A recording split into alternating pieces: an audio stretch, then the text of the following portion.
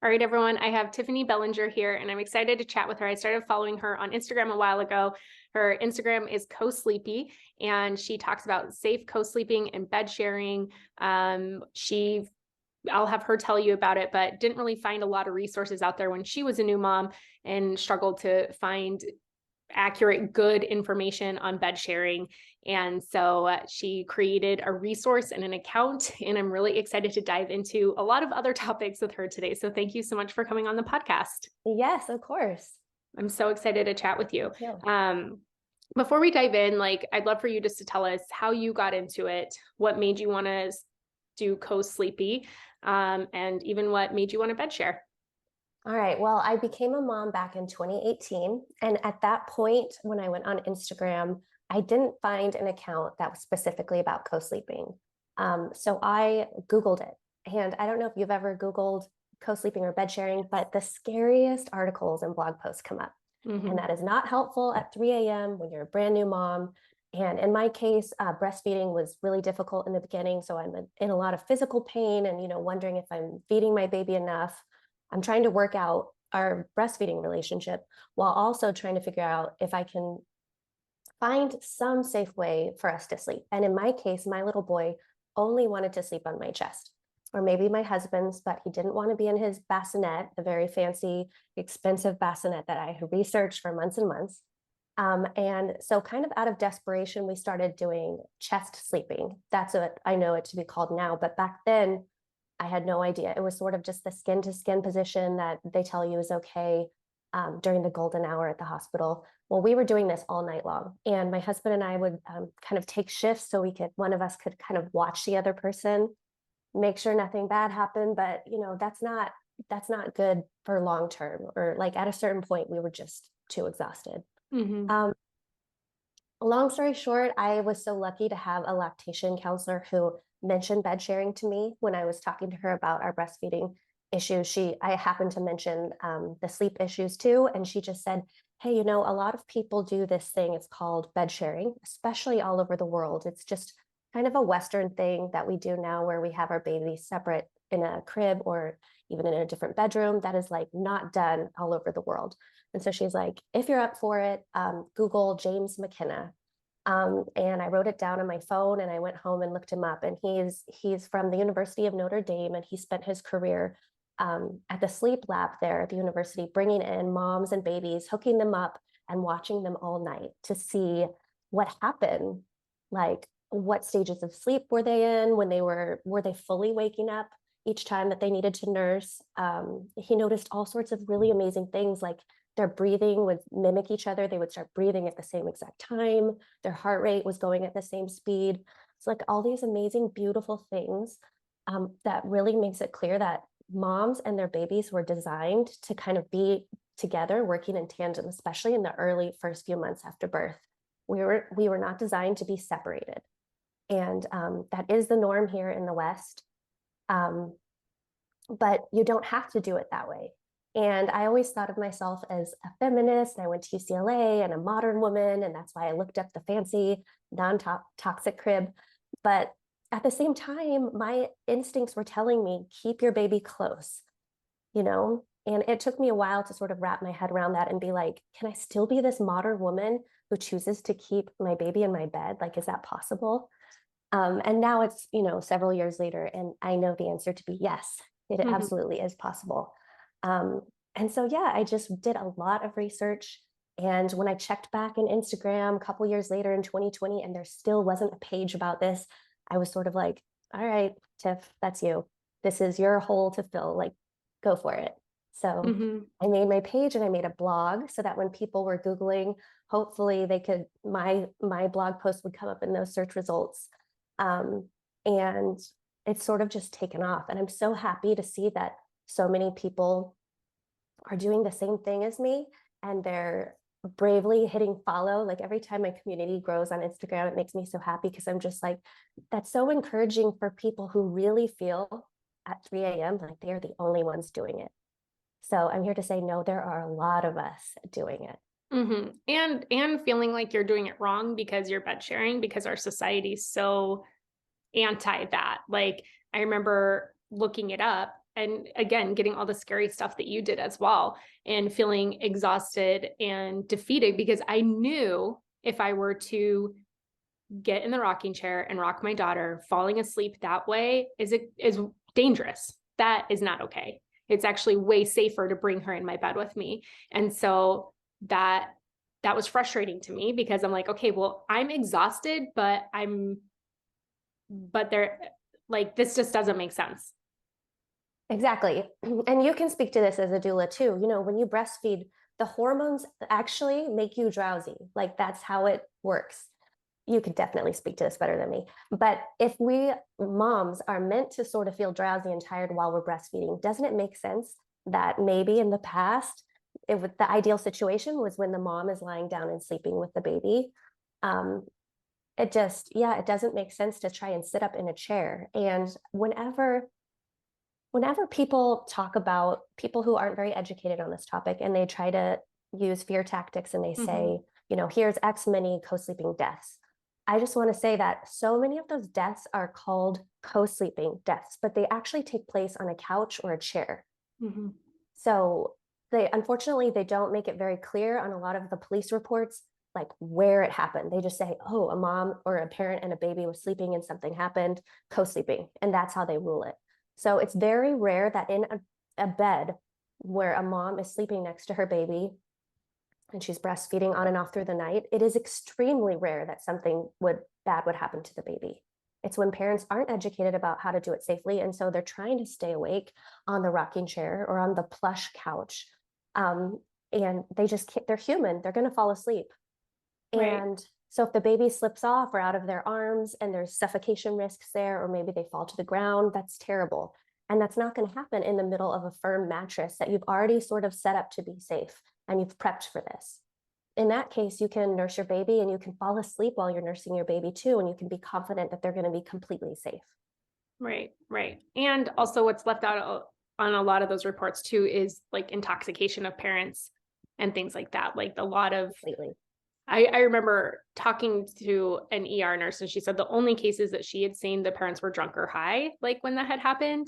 And so obviously that is not a safe situation to fall asleep with a baby in. Right, right, totally. And even parents who are so adamant about cribs, let's say they never bed share, if they're doing unsafe things like that, or if one of the parents is a smoker, that's a SIDS risk. Right. There's so many other factors that come into it, but it's just so easy for people here in our culture to just say, nope, it was co-sleeping. That's it. No other details. So much of what I do is just working against all that noise and trying to reassure the parents who I meet through this, that they are doing an incredible job just by, like, let's say I talk to someone on Instagram, the fact that they're on my page and looking up safety info, it already says so much about them and like how much they care about safety. And so even James McKenna talks about that, like those parents who care and like try to set up their bed safely while they're not perfect. And there's never a 100% safe situation ever, just in life, you know. That just says so much about those parents that usually those aren't the ones we have to worry about. It's those people, like you said, who are, let's say they're not sober, or they're just so adamantly against it that they don't even set up their mattress to be safe because they just say, I'm never going to end up there. But they might, because again, we're human and sometimes we have to fall asleep in the middle of the night. Right. So I'd love to talk about what makes it safe. And I know one of the big things is breastfeeding. That is definitely very protective. Not everybody who bed shares needs to, I mean, we just need to be realistic, because if we use an abstinence only approach and just say you have to be a breastfeeding parent in order to bed share safely, there's going to be a lot of people out there who bottle feed and still fall asleep with their baby. And so I want to make sure that we get this information out to everybody. But yes, studies have shown, especially with James McKenna's work, the University of Notre Dame, that breastfeeding moms have this connection with their babies where they do sleep in a lighter sleep, so that when the baby stirs, or like, let's say something was happening with their breathing where they weren't breathing enough, they're having sleep apnea or something, or if their head got trapped sort of in a weird way against their mom's body or something, like the mom wakes up immediately, like the mom begins to stir before her eyes open. They are truly connected. And like I said earlier, like even going down to their heart and their breathing is connected. So the studies haven't quite found the same relationship in a formula fed baby and their mom. But one thing you could do, let's say you are an exclusive pumper, or you mix feed, or you do or formula. What you can do is make sure that you always feed your baby their bottle down near your chest, like at chest level on the bed. Do not prop them up on your pillow and leave them there, because you might fall asleep, or they might fall asleep, and your pillow is a major suffocation risk. So just right down next to your body. And there's a position you should sleep in when your baby's young. It's called the cuddle curl, or the C position. It's basically where the mom is on her side facing the baby, and her knees are bent sort of in front of her body. And that makes it impossible to roll forward. And I've tried this before on the ground, and I challenge you to do it if you are out there listening to this and you're worried about rolling over your baby. If you're on your side and your knees are sort of bent out in front of you, they will stop your body from rolling forward, and you will not be able to hurt your baby. That's called overlay. And so that's how you can prevent that, is by lying in the cuddle curl position. And your arm, the lower arm that's kind of pressed to the mattress, is up, and it's above the baby's head, as they're right there at your level with your breasts. And that arm will protect your baby from your pillow. So it's just, you're sort of like encasing them in this little pocket, and your legs, your knees, and your arms are just protecting them, because you're going to need a pillow for your head, and you might want to have a blanket like at your waist level and lower, because you're going to get cold. But your baby won't be near any of that. They should be sort of like, especially if they're breastfed, they will be homing in on your breast, and they don't want to be anywhere else.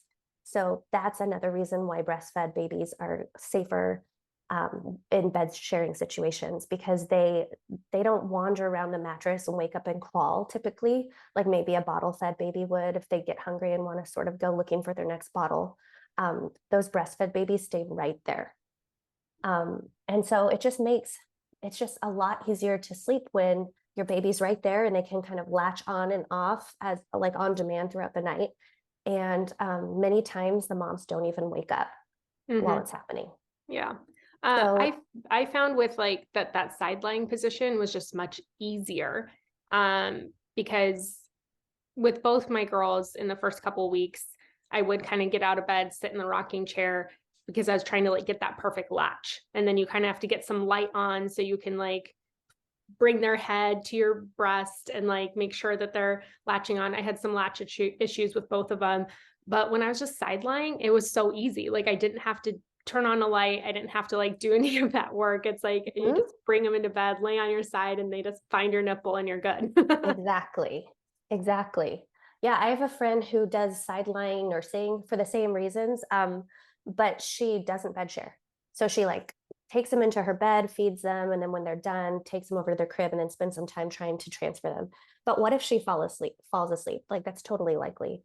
And that just seems like a lot of work to me personally. But I always say I'm not a co-sleeping evangelist. I'm not trying to say that everybody out there should be co-sleeping and that's like the one way that we're supposed to do it.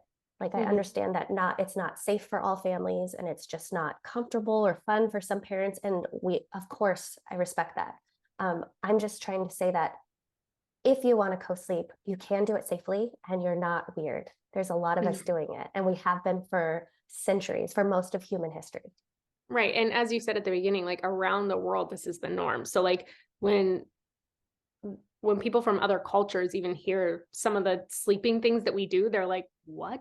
That's crazy. They think that we're the crazy ones. Yes. When I had a post recently, and someone wrote, I forget what country it was, they said, we don't even have a word for co-sleeping in our language.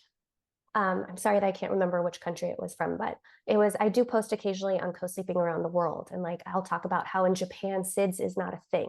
It does not exist in Japan. But there are some things we need to look at. Like in Japan, they sleep on really firm, thin mattresses, sort of like obviously futons on the ground. Here in America, we have nice, cushy, plush beds. And so those are more of a suffocation risk for babies than in Japan. I know in India, they're really firm, low to the ground. And so if a baby's face is pressed against it, there's just more airflow than here. If you imagine like one of the mattresses that has like a big pillow top quilted pillow top, you know, those, Mm-hmm. because, you know, in America, we're all about like comfort and everything, and living our best life, which is great. I love that, but it's not always the safest environment for a newborn. So if we can try to make our safe bed sharing setup look kind of more like that, like we don't need to buy a futon, but if we could invest in either a really firm mattress topper, or if we have the money to invest in a new mattress when we decide like, okay, we're going to be bed sharing and commit to it and invest in a new mattress, make sure you find a firm one. And if you can find one that's smooth on top or pretty smooth, not one of those Mm-hmm. big quilted ones. Mm-hmm. Um, so yeah, so mattress firmness is important. The way you sleep, like the way you lie in that cuddle curl position. And as you mentioned, breastfeeding is a major factor in safety. Um, as you mentioned earlier too, being sober, a non-smoker, free of any medications that might like impair you, like where you can't respond to your baby if necessary. Um, Mm-hmm.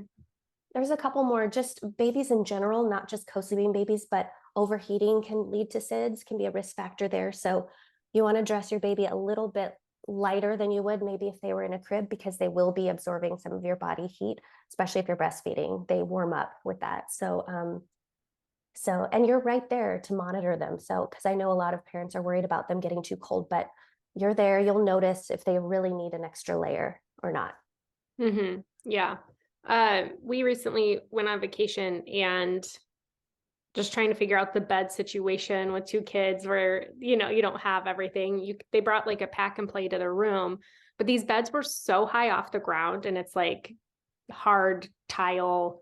And I'm like, okay, what are we going to do here? And my husband's like, well, we can just maybe push this bed up against the wall. And I'm like, we can't, because if it's up against the wall, if I bring Tula into bed, she could fall between the wall and the bed. And I'm like, I'm glad that I knew this information, because she is at a phase now where she kind of is a mover too, flailing all over. And I'm like, no, like, I know that that's like a risk factor. And that was even part of when we moved where our bedroom was, we made sure that it was like in the middle of our room, not against the Mm-hmm. wall, because I know that they can fall between the wall and the bed, and that could lead to suffocation. But we ended up, because it was like two queen beds, and like I put the pack and play right in the middle, and then I would just bring her on the edge. So I'm like, well, if she rolls, she'll just roll into the pack and play. And we'll just like hope that that doesn't happen. But like tried to do like a pillowed edge type thing. It was interesting, like under the sheet, you know, Mm-hmm. like a That's little okay. bumper. Yes, I've definitely done that in hotel rooms, but that can also be a suffocation risk. So I would say if you have especially like a newborn, you wouldn't want to do that. Right, But right. like when you're traveling, you can get really desperate. And I will say that you can't always set up a safe bed sharing situation. Like sometimes you'll just be like, it's just this room is unsafe. We cannot do it safely. So I always encourage people, if they can, they don't have to, but even if you co-sleep, you could have a pack and play or a crib that you kind of get your baby used to for some naps, or maybe the first stretch of the night so you can have dinner with your partner. Just so that if you ever travel, or let's say you have to go to the hospital for some reason, or you have to be separated from your baby, that they can sleep in the crib. Like it's not their first night in the crib, like when you're in that hotel room or something. Right. That's not ideal. That would be pretty awful, but it's just hotels or Airbnbs. What you did was right. I would say if you have to put your mattress in the corner or against a wall, you could pack the crack you could roll up baby towels or baby blankets and sort of stuff it in there to avoid that entrapment risk where your baby rolls into it. But even if your baby is sleeping up against a wall, they're not getting a lot of airflow if their face is right by the wall, you know? Um, so again, if you're in that cuddle curl position, they should be facing you, either Yeah. on their side or ideally on their back, right next to you. Mm-hmm. So they're not even near the wall, you know? Another thing you could do, some people do on vacation when they're traveling, is they'll buy a bed rail. It needs to be mesh so that if your baby does roll up against it, they can breathe through it. They sell those all over on Amazon. But just make sure that if you install that, if there's a gap underneath it between the bed rail and the mattress, that you stuff it with towels or whatnot. There's all this like little nitty gritty stuff that this was the stuff that I couldn't find on Google. Mm-hmm. And it's really important because again, in the beginning, when your baby's really young and at a higher risk for SIDS, you just need to, I don't know about you, but a lot of us are dealing with postpartum anxiety too, or maybe just normal parenting anxiety. I don't know. But when you're already feeling like you're doing something wrong and you can't find simple resources, it's just really scary. And it doesn't help. It doesn't help you make those smart, wise decisions about how to keep your baby safe. Mm-hmm. Yeah. I dealt with a lot of anxiety with my first, and I think there was a lot of factors. I mean, it was September 2020, and then she also had a NICU stay. And so like bringing her home, we were freaked out. I was freaked out. I already felt like kind of weirdly detached. It took me a long time to feel connected as a mom. And, but I was also then I mean, that's your first time. I feel like with your second kid, you're like, okay, I know that I can survive on sleep deprivation. But with your first, I'm like, what, like, how is this even possible? I mean, you realize that you can do it, but like, it was hard, like learning not to sleep as much or to be interrupted throughout the night. I've always been like a great sleeper. Like I go to bed, sleep, I love it. And so, and then wanting to bring her into bed, like my husband and I had a lot of differences on it because of how we were raised. And that was really hard. Like my mom co-slept with me and my sister, and my dad would always say, like, even if like in the middle of the night, she felt him moving, she would like elbow him, like be like going like this, elbow, like pushing him away with the elbows. Like he's like, she would be asleep, just like pushing me, like, and he's like, I believe it. Close, right. You know, and my sister co-slept with her babies, and everything that I was hearing was like, don't. And especially on my husband's side, you know, I'm like, yeah, you know, like the only way I can get sleep is if I bring Joby into the bed with me. And they're like, oh my gosh, be careful. Like just I felt really scared. And my husband and I had like fights about it. And so I was researching at 3 a.m., like trying to figure it out and being like, what am I doing? You know, like I need to sleep. So with her, it was like every once in a while I would. And the only thing I really knew was like the C position. And like, I tried not to have like really any blankets. And that was like the only way that I could really get a lot of rest. And then with my second, it was just so much easier. And I also just like didn't care as much of what other people had to say. Totally. And or not telling them. So that was like learning to like set these boundaries is like really hard because you can get that scary information. And that's like not what a new parent needs to hear is fear mongering. Yeah. And it's different presenting like certain facts, but that's not what it was. It was fear mongering. And that can be like really, I'm already scared that I'm doing everything wrong. Like, I don't know what I'm doing. Like, you don't have to scare me into like, like you've never heard of that. Like the stories they're telling you, like trust me, you've heard of them. We all have. And I totally understand how you're feeling. I had the same thing, except I didn't have my own family who co-slept with me. Like, I think that's fascinating how your side of the family, and you are a great example of someone who right now as an adult, you have zero anxiety over sleep. Like you said, you can go to sleep like that and you sleep very well. Yes. Well, I was sleep trained, or I don't know if they called it that back then, but put in a crib in a separate room from day one, night one. And I can tell you that I have a lot of anxiety at night. I'm not blaming this on my mom. She did the best she could with the knowledge they had at the time back then.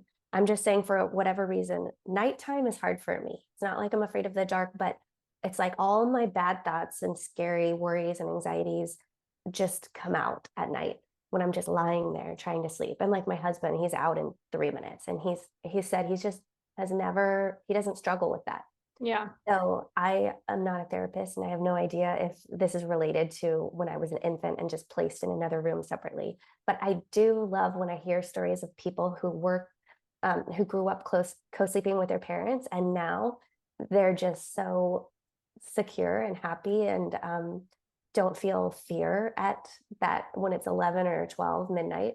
I just think that's really amazing. And so I also think it says so much about our country too, or this culture, where even though you had that from one side, you were still terrified because of the other side, or because of just TV or Instagram or whatever you were consuming or feeling from the culture. like I would think, oh, maybe you would have been like better prepared to deal with the fear mongering, but it looks like Yeah. it still affected you so much. Hmm. So how are any of us supposed to feel strong and ready to like battle those people who mention things? It's not even just family, it's your pediatrician, it's like the dentist, it's random people who make small talk and ask you like how your baby's sleeping. Yeah, that's like the worst though. Like, and I think that that was what also caused major anxiety for me is because I felt like something was wrong with my baby because everybody Mhm. asks, "Oh, how's sleep going? How's the baby sleeping? How's the baby sleeping?" And I'm like, "She's not." Like, you know what I mean? Like I just wanted to like scream at people and because then I'm like, I'm a bad mom because my child's not sleeping. And then we're sold all this sleep stuff and I can't tell you how many sleep courses I took with my first. And then Mm. again with my second, I was like, whatever, like it'll happen. Yeah, And she was a much easier sleeper. But I also think with my first that there was some, like even now, sometimes she goes to bed really easy and sometimes she doesn't. But I told my husband, I'm like, she was in the NICU the first week of her life.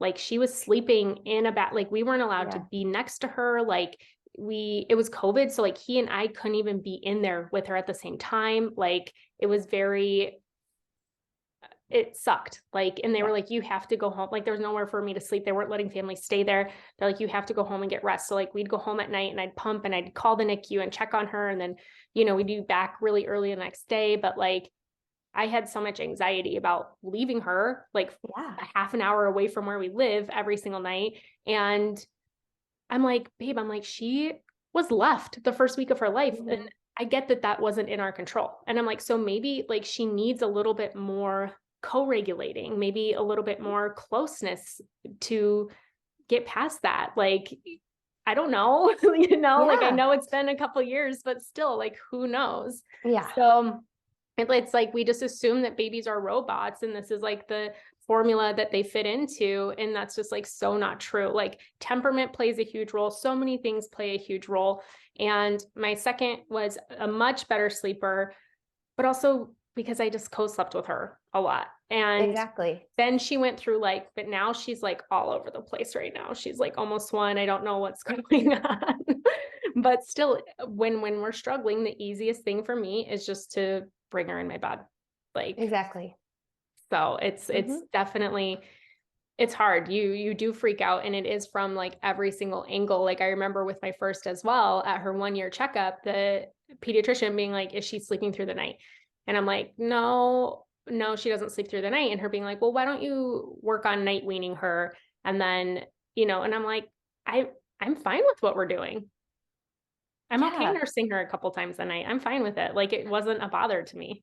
Yeah. It's so hard with the pediatricians because like I feel like they're in a hard spot because they can see how tired we are or how stressed out we are. And so even though their job is to care for our baby, they still like maybe it's on a human level or something. They give a lot of advice to us parents, like, oh, just sleep train them or night wean them. And I think it comes from a good place most times, trying to help us, but that they're not really trained in that. They don't spend much time in medical school going over baby sleep or anything like that. Um, it's a lot of from the research I've done and the pediatricians I've talked to through the Instagram community, because there are several who follow me and who have reached out when I post about pediatricians.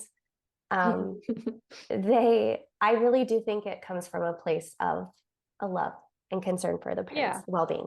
But sometimes it's not helpful. What if you, like you said, you found something that works and then they make you doubt it, you know? And it's just hard too. They're like filling out forms and they ask you, where's your baby sleeping? And it's like, do I lie? He's going to write down what I said. Like it's going to be on record. Or do I just try to be vague? Or, I've gone with my two boys.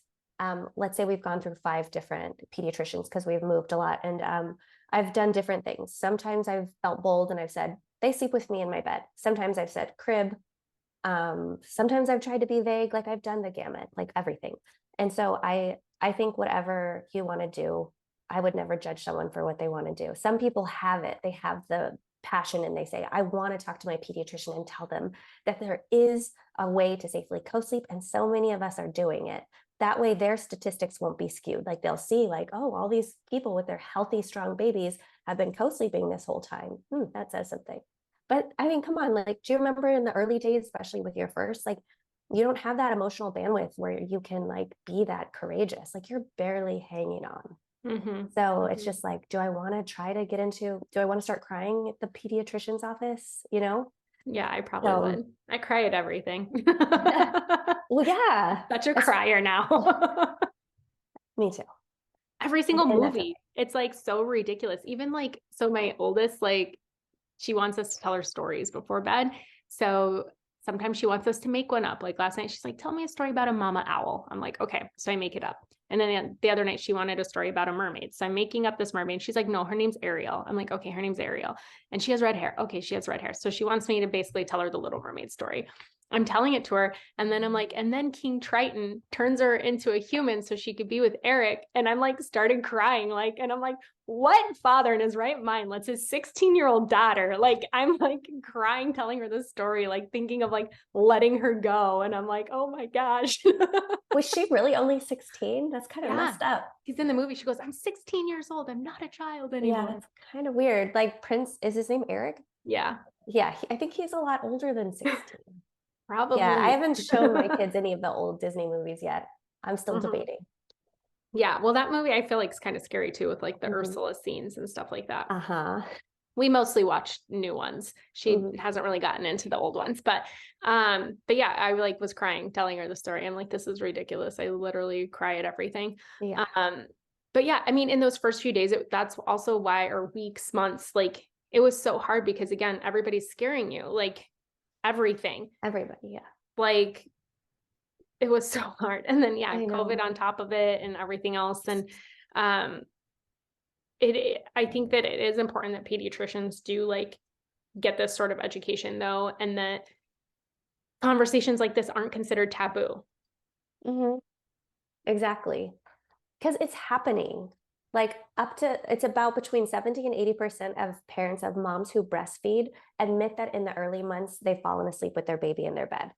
So that's just across the board. Women, like parents who have cribs, some co-sleep, but they'll admit to it. So part of you could be like, are there even more who aren't admitting to it? But let's just say it's 70 to 80%. That's a lot. That's a huge chunk of us. And it's probably because of those hormones, like we were talking about earlier. When you're breastfeeding, you get really tired quickly. You're already tired. And then just think about it. Like when you fall asleep, sometimes when you're that exhausted, it comes fast. So you could be lying there nursing your baby and have the thought, oh crap, I got to get up because I'm going to fall asleep. And then within that minute, you're out. Like it happens fast. So that's why I just try so hard to get the message out that this is how you do it, the very basics of how to do it safely. And you never have to co-sleep if you don't want to, but just know how to do it safely so that if you ever are in that position, you don't have your big duvet right there. You don't have all your pillows there. You've like cleared the space and you're on your side, and preferably in the middle of your mattress so that they'll be right there curled within you and they won't roll off. That's just like in an emergency situation if you fall asleep and you're not planning on it. But parents like us who plan on doing it, like you could do the bed rail or you can move the bed to a wall. And if you know how to safely pack the cracks and you feel comfortable with your baby near a wall. But as you mentioned, the safest way to do it would be to have your mattress directly on the floor, kind of in the center of the room, or at least pulled out from furniture and walls for a couple feet so that if your baby did roll off, they're not going to get trapped, where they could their mouth could get covered or something and they couldn't breathe. But it's hard for parents, like modern parents, to be like, I have this big, beautiful bed frame from Pottery Barn that I love, and my bed is so high and I feel like a princess on it. And to be like, I'm going to dismantle everything and put my mattress on the floor like I'm in college or something. Like, this is embarrassing. And I have my parents come over who don't agree with what we're doing. And, it can be really hard to completely change your life, to sort of commit and say, for these next few years, while our babies are young, we will have the floor bed because we know it's safest. And anybody comes to our house, we're either going to just lock the door or they're going to see it. And we're just going to have to be okay with that. I'll tell you that we've done several different setups throughout the years. The safest and most fun was we had a king mattress on the ground, and then we had a full-size mattress on the ground right beside it. And this was a very small bedroom. And it literally it went wall to wall. And I did pack the cracks around the wall to make sure, but it was like both beds were in there tight. And it was so fun. we had so much space. So for the 2 adults, and then I had a baby and a toddler at that point, none of us was ever cramped. My husband could just like move over there to that side for just a little bit if he felt like he needed the space. I never worried about them rolling off. I think they did a few times, but it was like what, 6, 8 inches maybe. They were fine when they hit the ground. We called it a really big cozy bed, and I miss it. We don't have that anymore in this house, but if you can do something like that, like why not? It's fun, and it's just a short season of life. Like soon our babies are going to be big, they'll be school aged. Like this will just be like a memory. Like that's what I try to tell people, is that this is temporary. And I know it's really hard, but it's not forever. And if you can do something like that, like let's say change up the bed to where it's just safer and more comfortable, then just do it, because it's going to make this chapter of life easier. Mm-hmm. You know? Yeah. I would like to touch on 2 things. The first is boundary setting, and then the next is how to bed share with 2 kids. Because we plan on having more. So I'm like, okay, what am I going to do? Because we just basically had Jovi in her room when I brought Tula home, and we'd swap kids out or whatever. But before we get into that, like, I love that you're just saying like, just for the next few years, or like this season of life, this is what it is. And I think that I remember saying this, and I'm like, oh, come on, Liz, like that, like my kids aren't going to necessarily change my life. I'm not going to like bend my life around theirs. I'm going to bring them into mine and integrate them into my world. And it's just been the complete opposite of that. I'm like, no, my life pretty much revolves around my kids right now, and I'm okay with that. But it's just interesting because like some of the advice or different things that you say, like, so my mom bed shared with me, and I actually crawled in bed with my parents till I was 9. And I don't know what happened at that point. I don't think they kicked me out. I think I just like grew out of it. And so my 2-year-old, for a while, she was sleeping in her bed like all night. And then eventually she started getting up, crawling out of her crib and coming in. And then we changed it into a toddler bed. So now almost every night, like last night, she slept through the night, but more often than not, she wakes up and comes into our bed in the middle of the night. And I was telling somebody this, and they were like, well, you could just like take her back to her bed there. You know, she was like, we never let any kids in our bed. So like, we just would always take them back. Or if she wanted me, I'd go lay in her bed. And I was like, oh no, I've been waiting for this. Like, I've been waiting for that moment when like my kid could come into my bed and just cuddle with me. Like I was excited when she could first crawl into bed with me. And I'm like, then I don't have to get up and go get her. Mm-hmm. Like she just walks in my bed. And I'm like, oh, hi. And she just like snuggles up, and I love it. Mm-hmm. And by this age, you don't have to be as paranoid about the safety stuff. Like if a blanket went over her head, she could push it off, right? Right. Yeah. You know, you still want to be careful with certain things, but like you can just enjoy it a lot better than when she was a newborn. Right. So, totally. Yeah, that's just a completely different mindset you have than your friend. I mean, that reminded me of the whole marital bed concept. That's like, it's like your bed is for you and your husband, or you and your partner, right, and it's holy, and there's no children allowed. Right. So, and I think that goes into a lot of this culture that we have here in the West too, about children just being independent from birth, basically. And it's like, and what's so funny is when I had these discussions with my family, in the beginning, when I was trying to set boundaries, they said the exact same thing that you just said, about how you should have your baby join your life. You don't need to change your life for your baby. You're the adult, they're the baby. Just let them come in and join you. Or I don't know, you said it better, and it's exactly what I heard from them. And I said something like, sure, that sounds great in an ideal world, but now that I'm a parent, it just feels so weird. Like my intuition is saying that for right now in this season of life, that's it. Just, I need to be with them for as long as they want to be with me. And how amazing that you were welcome until age 9, at least. Like, I hope that we can do that. My husband and I can have sort of an open door policy like that. Of course we love our space. Of course we want our privacy and our time together and stuff. But like, our kids are going to go away to college or grow up and have their own lives and their own kids one day. Again, just for anybody out there who's just feeling like so beat down, and I totally understand that, just please try to remind yourself that this is temporary, and these are amazing memories. Okay, not always amazing. I'm trying to be realistic here. Sometimes it can be hard, but there are some amazing moments that you have with your children when you're bed sharing or co-sleeping that you wouldn't get if they were in a separate bedroom or a crib across the room. Like, I don't know, Mm-hmm. have you ever woken up and your baby's like touching your face or just Mm-hmm. has a huge smile because you're their Mm-hmm. whole world?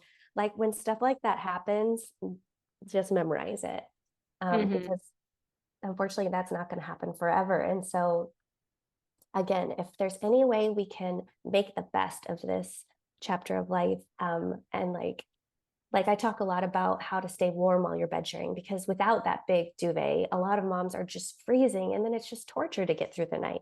So Yeah. no, there are some things you can do, like setting up a bed sharing uniform, just basically what you wear every night, but you know it's reliable, like you're going to stay warm. um, you can buy pillows, specific pillows to help you in the cuddle curl so you're not achy when you wake up. Like, that's annoying that you have to do that when you've been thinking your baby's going to sleep in their crib. Like, there's a while there where you get frustrated and you're annoyed maybe that you are making all these changes and this is not how you planned it. But the sooner you can just embrace it and just say, all right, I'm going to buy 4 pillows so that I feel comfortable lying on my side, like your nights are going to go so much better. And I just think that's going to help your connection with your baby. Like they can sense that. They can sense when we're stressed out or anxious. They're Right. like little Yeah. sponges, as you know. Mm-hmm. Which is like part of why sometimes I feel like too, like with my first, that like sleeping was so much more difficult. I was an anxious wreck Mm-hmm. and so stressed out about sleeping, so stressed out about her sleeping. And I feel like she definitely absorbed some of that. And like, Mm-hmm. again, with my second, I was so much more chill and she was way more chill. Exactly. Same with me. Mm-hmm. But please don't blame yourself. Like it's not your fault. You were doing the best you could. And at least, Yeah. again, you had that other side of your family. I'm sure if you called your mom, right, wouldn't she have been like, Oh, no, just, totally. Totally. yeah, That's what my mom was telling me to do. But then like everybody else is like, that's the worst thing that you could do. yeah. So yeah, it was definitely tough figuring it out. Mm-hmm. Um, so how did you set those boundaries with your family then, that they were like, what you're doing is wrong, basically? It was really, really hard. And I'm the firstborn female. Like I did everything that anyone ever asked of me, good grades, good college. It wasn't until after college that I started asking questions and sort of wondering why I made certain decisions and trying to get to know my own self and listen to my own heart. I know some people are wise among us and they do this in junior high or high school, but it took me till after college when I finally could start doing that. And I had some physical space. I was living in Los Angeles away from my family. And that's when I started to do things for the first time that maybe weren't like that were against the grain. Nothing crazy, mind you, but basically I'm trying to say I'm a people pleaser and I am fighting against that now in my 30s and as a mom, because I don't want my 2 little boys to see me doing that, especially with my family, who I love so much, but we definitely don't have the healthiest boundaries. Um, so I didn't do a good job of this back in 2018. By 2020, when I had my second baby, I was a little bit stronger, but I feel like sometimes when I would set a boundary, I would almost be too aggressive because I had been thinking about boundaries and Yeah. I'm like, how dare they, you know? And so I hope that with time I can figure out how to kindly say, when you set a boundary, sometimes it's like one sentence. It could be something like, we're really happy with how things are going and we're not looking to change anything right now. And then you just leave it there and then there's silence and you're looking at their face and you can tell that they're like wounded, like that hurt. And you're just, the impulse is just to be like, to say something else or to say, Yeah. never mind. But that's what's so hard. You need to just leave it. And it's up to them as the adult to take it in and to deal with their own feelings and to respect that healthy boundary that you put down. So that's really hard for me. So I wish my answer could be that I was like an expert on this by now, but I'm definitely not. This is something I still struggle with, even with my blog, Instagram, my work, everything with my co-sleeping world. There's still people in my life who kind of question it. And it's really hard for me to know what to say to that. Mm-hmm. Yeah. I don't know. Or even feeling like you have to say something to it. Yeah, Can be exactly. hard. Mm-hmm. Exactly. Yeah. So, I'm also a people pleaser, a recovering people pleaser. But I'm also that my husband and I are both the youngest of our families. So we've seen our siblings go before us and set some boundaries. So then I do feel like it's easier to do that, because then I feel like, oh, okay, like, my husband's older sister already set this boundary with her mom of like, no, my kids can't eat this when they're at your house. So then I feel okay doing that. And then my sisters have done it with my mom. So then I feel like I can do it, but there's still like an uneasiness. And I can find myself, like you were saying, being kind of like, oh, sometimes I think I come off very short when they're like, oh, can she do this? I'm like, no. I'm like, wait, I kind of exactly. sounded a little bitchy right there, and I did not mean to. But I mean, Yeah. nothing's wrong with saying no, but yes, I'm the same way. It's like about how we say it. But Mm-hmm. I understand why that's like a loaded thing, like why it comes out is like, no, there's so much Mm-hmm. going on beneath the surface there. Um, and I think like with my parents in particular, sometimes it almost seems like like my parenting decisions with Matt, my husband, has nothing to do with them. It's not a critique on them. I'm doing Right. things completely different, but it Right. doesn't mean they're bad parents or they did anything wrong. Mm-hmm. And so I think a lot of parents out there, when we have tension with the older generation, aunts or uncles or parents or in-laws, it's because they're feeling attacked somehow. Even though, we're just trying to do the best we can and survive and live our own life. It has nothing to do with them, but that's what they're feeling. So I try to, when feel that aggression, I try to remember maybe they're feeling hurt, or they're going through their own thing. As you know, in life, all of us are going through something. So, Mm-hmm. but I think that especially parents who co-sleep need to work on figuring out healthy boundaries, or else it's just going to be a constant battle with all your kids. If by your third kid, you still don't know what to say when they ask, is your baby sleeping through the night? Or maybe with this one, you'll try the crib when they make little comments like that. You got to have something to say, or else it's just going to be, in my experience, it's just going to be constant tension, and that's no way to live, Mm-hmm. you know?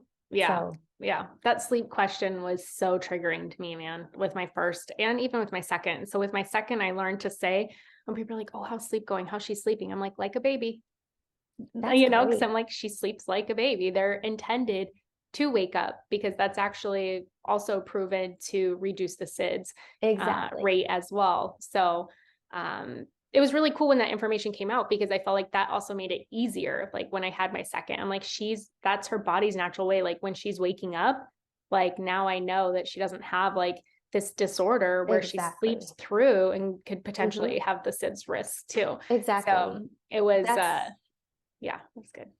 Yeah, I was going to say that's one thing I didn't mention earlier. So when you're bed sharing, your baby should never be on their tummy. Even later on, when they've learned to roll backwards and forwards, front to back, it's okay for them to be on a hard, firm crib mattress on their tummy, um, but not on an adult mattress. And as you were just saying, like when you're sleeping on your tummy, you're in a deeper sleep. So it's harder to wake up. And so that's why it's really important for them to be on their back. So they're in a lighter stage of sleep. And especially in the very first few months, they need to wake up. Like if they weren't getting enough air, or they were overheating, or there was some problem, they need to be able to just wake up like this and signal to their parent that they need help. It's those babies who are sleeping.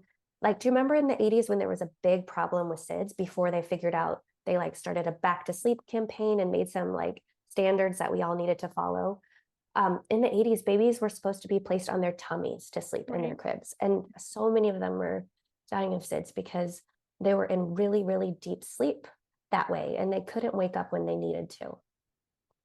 So it's absolutely true what you just said. If she's sleeping like a baby, that's amazing. And that Mm-hmm. probably means she's waking up very frequently. Mm-hmm. Right. So, Totally. So how do you do it with two kids? Because once I had my second, my oldest was only 18 months. She was sleeping in her room. At that point, I feel like she was sleeping through the night. Then it was like shortly after that she wasn't anymore. I mm-hmm, don't remember. My oldest has never consistently slept through the night. Um, and she would, we would take turns. I feel like my husband would go get her, and then like you didn't want her to wake up the baby mm-hmm, who's in our room. And then if I was nursing with Tula in bed, I didn't want to bring Jovi into the bed because she's she's a flailer, you know, like, Mhm. and so with my next one, I'm like, how's that going to work? Yeah. Cause I'm sure I'll still be nursing Tula. Well, then I'm like, well, then Jovi's going to want to nurse in the middle of the night and Tula. And like, how do I do that with both? So I just didn't do it. Oh yeah. Yeah, it depends. All families do it very differently depending on like, yeah, is the oldest night weaned yet?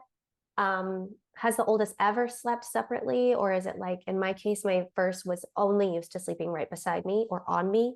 So I'll tell you what we did and that went terribly, and so that you don't make the same mistakes. I Okay.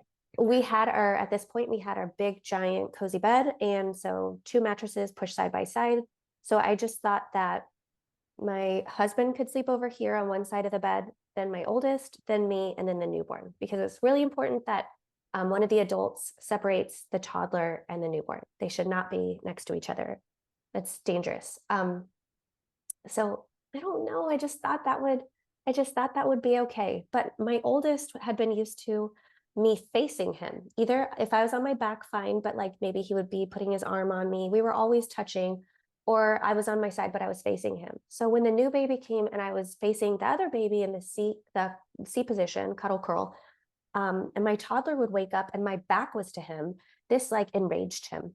He would try to climb over me. He would be screaming so loudly that it would wake up the baby. These are things that we did not foresee. My husband and I did not even think this was a thing. I would just be like, oh, Matt, you can just comfort him. Nope. He did not want to be comforted by my husband at all. He wanted me. He wanted things the way they used to be. And then Mm-hmm. I felt like maybe he was putting that on the new baby, like thinking, okay, what's different? New baby's here. My mom's back is to me. So, what I would have done if I could do it again is when I first found out I was pregnant, I would start sleeping with my back to my toddler. If he was in your case, your kids are so close together. So, like if your baby's within the first year, especially under 6 months, you need to be facing them in the cuddle curl. Mm-hmm. That in my case, my toddler was 2, so it was safe for me to have my back to him. Um, I would start doing that if I could go back, I would start doing that to practice so that when he woke up, he would see my back, but he would know it's okay. It's just we didn't have any time for practice or for Mm-hmm. transition. It was just overnight. Mm-hmm. So you could do that. A lot of families also like to attach a sidecar to their bed for the new baby so that the newborn has their own separate space. They're still right there within arm's reach. And the mom can either kind of roll over into there to nurse the baby or pull the baby into their bed. But then when the baby falls asleep, put him back into the sidecar. But they feel safer having like that safe space for them. And the toddler's back there on the other side of mom. Um, that's something that we just didn't think about doing, but I think that's a really good idea. But even if we did it now, thinking back, I think the same thing would have happened because the issue for us was just simply that my back was to him. Mm-hmm. You know what I mean with kids? Like you don't foresee these things. Like, how are you supposed to know your kid is going to flip out when they see your back? Right. Like, Mm-hmm. Mm-hmm. so so it was really hard. What we ended up doing is my husband took him into a different room. We split up the big cozy bed. They took one mattress in the other room, and then I slept with the newborn. But it was really hard for me to hear when my 2-year-old would wake up in the middle of the night. He would start screaming for me. And so I'd hear my husband trying to pace with him or hold him and comfort him, but he's just screaming and crying for me. And that was really hard. It affected everybody in the family. And that was probably like 6 months. Like I forget when it happened, when we decided to just put everything back together again and try to bed share as a family again. I think it was when the newborn was probably like 6 or 8 months. Like he was physically bigger and stronger, and so I felt like I still didn't put him next to my toddler, but I felt like he was in a better position for us all to be together. Because in the very beginning, with how crazy my toddler was, I was just like, I don't trust him with the newborn. He's so tiny, Yeah. and it's just I don't trust him. Mm-hmm. So for a family like us who had never done cry it out, and for my toddler, like his whole life until here, he had never really screamed like that because there was really no need to. We were Mm-hmm. always with him, like maybe when he got a shot at the doctor's or something, he would cry for a little bit, but I would just nurse him and he would stop. So it was really weird for several months there to have him every night throughout the night screaming and crying. It was just Yeah. heartbreaking. Mm-hmm. So based on that, our huge failure, I would encourage anybody out there, as soon as you find out you're pregnant, either start looking up sidecar cribs Or if you think that maybe it'd be better for you to split up where your partner takes the older child in a different bedroom, start practicing that so that they can start relying on that other parent as their nighttime caregiver. Because most of them rely, we're that person to them, especially if we breastfed them. Like they love their dad or whatever, but they're like, they just want us. When they're upset, they want us. And so if you can sort of start practicing with them so that they kind of do have to rely on the other parent, that's only going to help you later on when you have the newborn and you just can't, you don't have anything left for them at that moment for the older one. Yeah. Yeah. That's a good idea. I did when I was pregnant, my husband would, get my daughter in the middle of the night when she would cry. He would go there and like try to get her back down. That's good. And even now he's the one that puts her to sleep, but then in the middle of the night when she wakes up, she always wants mama. So it's always mama. Yeah. And you were saying that you thought she slept through the night until about that point. It was probably, don't you think it was probably when the second baby arrived that it was right around there. Yeah, it did like change. I felt like that makes sense. Like, yeah, her totally. whole world changed. Yeah. Yeah. Well, because then before the baby came, I was like, man, like I hadn't slept through the night in a long time, and I'm like, I'm getting good rest before the baby came. I was so excited. And then, yeah, her sleep definitely changed for quite a while. Yeah. And now it's back to, yeah, sometimes she sleeps through the night, sometimes she doesn't, but it's like not a big deal. Cause like I said, she just walks in our room and climbs into bed with us. So what's your bed set up now? Is it like up on a bed frame? Yeah, it's probably like a 6-inch bed frame, and our mattress is pretty thin too. So it's a really low bed. And then we also have carpet upstairs. And my youngest, my 11-month-old, did roll off the bed once, and I felt horrible. But she was fine. She like barely even fussed. I was like, thank God. I know. It's scary, but it happens. It definitely happens. And they say it's safe to put your baby in between you and your partner if they're about 6 months or older. But just, of course, make sure that your partner is on the same page as you, sober, they're committed to keeping the baby safe. And then also, if you can use separate blankets in that case, that's the safest, you and your partner, so that there's no risk of you pulling the blanket over the baby's head. Right. Yeah. Well, yeah, I put her in between us sometimes. I always go off of what side I nursed on last. So like when I bring her into bed usually. And then I have just like a really small separate blanket that's like it's really warm, and I sleep with it every night. I put it on me and then the sheet and then the comforter. But when I bring Tula into bed with me, I usually kick off the comforter and then I just kind of have the sheet on my legs, and then I put that little smaller blanket on me. And yeah, she's in this phase now. I don't know if your kids did this. Both my kids did, where we'd be nursing in the night, but then they go through this phase where they start like, now she latches on nurses, then flails out, and then like flops around and then comes back and nurses, and she'll do it like continuously for a while, to where like I can't sleep anymore because she's just like getting a sip, flailing over, getting a sip, flailing over. And usually at that point, I just put her back in her bed, and like I'll go into her room. Her room's a little bit darker than ours, and nurse her, and she'll go right back down into her crib. So at that point, I'm like, okay, we'll go back. We'll try your bed again. We're all over the place. It's like sometimes in their beds, sometimes in our beds. It's like wherever we fall. Call that musical beds, the game of musical beds. Well, and then there's times, totally normal. There's times now where my oldest has crawled in bed with us, and I got the youngest and we went into the 2-year-old's bed because her room's a little bit darker too, and I can lay on her toddler bed with her. Yeah, I can't really crawl in like the other one's crib, so I'll like lay in the toddler bed. So then Tula and I are in Jovi's room, Jovi's in my room, and nobody's in Tula's room. So it really is musical beds. That's totally normal. And again, that's sort of a mindset thing. Once you just accept that this is your crazy life right now, you're going to enjoy it more. You can laugh about it. But if you're ashamed and not telling anybody or feeling like you're doing something dangerous, it's just going to be so hard for you to make it through these next few years. So just embrace it. It's funny, right? Yeah. Well, fun. And it is fun. Like, and honestly, I'm in the mindset of like, however we can all get the most sleep, and that's how we all get the most sleep. So, um, yeah, I mean, it works for us. I know it doesn't work for everyone, and I get a lot of unsolicited advice from people. And we've tried, like I said, with my first, I took a bunch of different courses. I tried a lot of different things. And a lot of those things went against my intuition or how I felt, or I'm like, okay, this isn't working. Like just, it's not for me. And so we didn't do them. And it's like, that's fine. We're okay. Yeah, you're more than okay. And I Right. think it's so amazing that as a doula, like you work with families, you can be like that one lactation counselor to me who changed our whole life and made things so much better. I don't know where we would be if I hadn't learned about safe bed sharing. So you can be that person to so many different families. Yeah. And I've had friends be like, oh my gosh, like, I don't know what to do. Like my 5-month-old started teething and he's not sleeping. And I'm like, bring him in your bed. Like, you're nursing it. You're getting up to nurse him 10 times a night. You might as well set up a safe bed sharing situation and then you guys can both sleep. Yeah. So, I mean, it's worked for us, but we'll see. We'll see what number 3 does to us. Yeah, I was going to say, just email me. Let's talk when that happens. Yeah, for sure.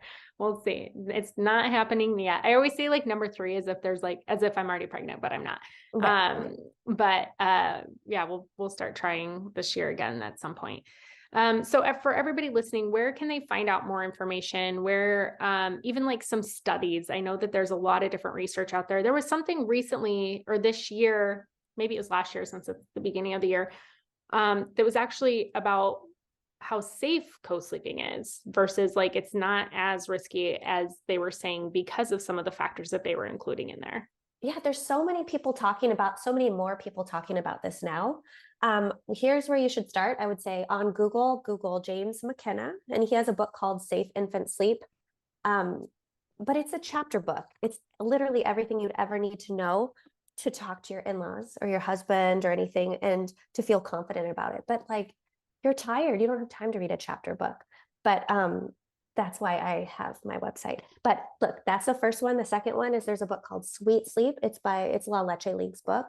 That's extremely practical about how to nap and sleep at night with a baby who only wants to be with you.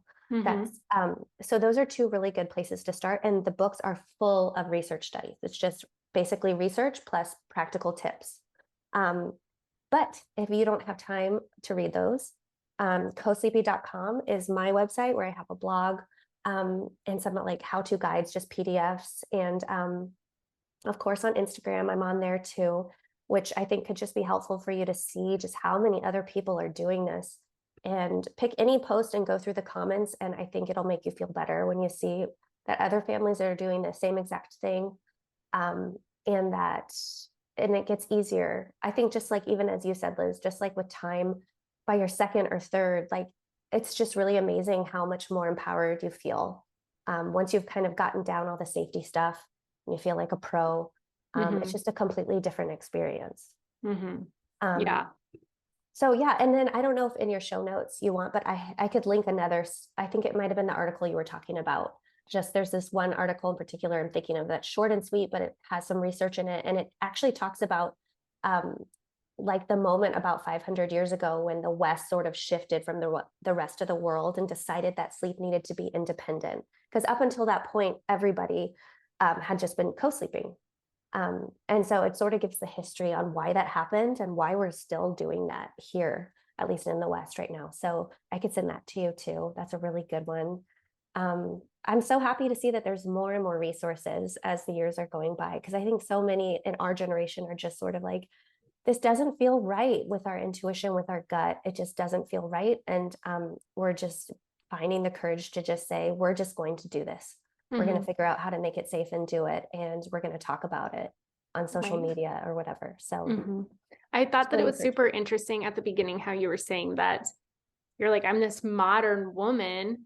And you did all this research and bought this non-toxic crib. And I feel like, especially like me being in the birth world, like there's some amazing things that come out of the modernization of society, but there's so many things that we're realizing we need to go back to our roots with. That it's like, okay, this is like modern day, but are you seeing, like, for example, the maternal death rates in our country? Are you seeing the levels of interventions compared to what the WHO says that they should be? Like, we've taken it a little too far. Now we need to scale it back, and be like, hey, like, this is, we're great that there's certain things here when we need them, but we're pretty simple creatures, and we're made to be that way. Exactly. And thanks to social media and the internet, we can find this information. Like back in the 80s, let's say, when my parents put me in a crib, they really thought that's just the best thing to do because probably the people in their life told them that. But now we can see where studies or just other examples of look at you, like a healthy, thriving adult who co-slept, like there's nothing wrong with you because of this. And I would love to like pick your brain at some point another time about like your relationships, and like I just wonder if there is something with connection that continues for a parent and their child throughout their whole life. If they have this first few years where they have this solid foundation of basically the parent being within arm's reach, like if anything comes up, your parent is like in the same room. Just because I never had that. And so I just wonder, like, how would my view of life be different if I had that in the beginning? So that's a separate thing. Maybe if I ever start a podcast, I can bring you on and ask you. But yeah, for sure. I'd love to talk about that. Yeah. Well, I'm so grateful for you coming on, Tiffany. It was really nice talking with you. I'm grateful for your time and energy and expertise, and I'll include everything in the show notes so people will know where to find you, follow you, and to get more information. So thank you again so much for coming on. Thanks, Liz. This was super fun. Thank you.